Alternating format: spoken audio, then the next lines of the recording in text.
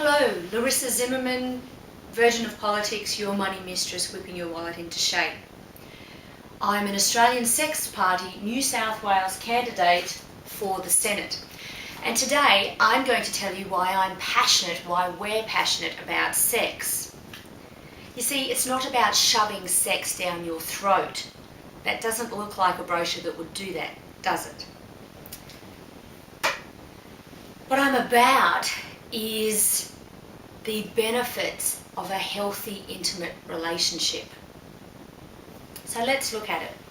Biologically, whether you're wearing contraception or using contraception, when you're having sex, when you're making love, because let's face it, that's what it's about, you're in the process of creating another human being. That's why your body's performing at its best according to how you've treated it. Think about this for a moment. If you had one car for life, you couldn't upgrade, you couldn't trade it in, how would you treat it? That's exactly what your body is. Sure, you've got the outside, but you've got the inside. What are you putting in here, and in here, that all goes up to here? Bit of philosophy there. So, your body's operating to the best of its ability. What actually happens when we're having sex? And I'm saying it this way because I know for some people it creates a feeling. Just like the word money, work, family, fun, there's an emotional connection. So we're about creating that positive emotional connection. So sex, making love, affection. When you're kissing, your cortisol levels reduce. Cortisol has been shown to be linked to stress. So effectively, kissing passionately, affectionately, lovingly reduces stress levels. You also have the hormones of oxytocin and testosterone released in both genders. So a woman will have oxytocin and testosterone, and so will the man.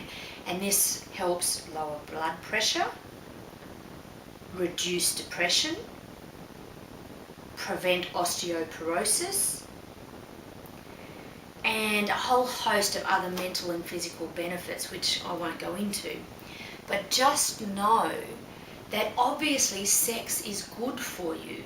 It makes sense, because if it wasn't good for you, we wouldn't do it and the species wouldn't survive. I'm not saying the species is at risk of extinction. In fact, let's look at it. Let's put it in perspective, people. We're worried about immigration? Yes. But the whole population of Australia is half that of the state of California. If you look at the world population and break it down into 100 pieces, Australia is half of one piece. We're not even 0.4% of the world's population. Just want to drive that home. When we're talking about climate change and immigration and population, it is actually quite important on some levels, more so than others. So back to the Australian Sex Party's policy of a comprehensive sex education.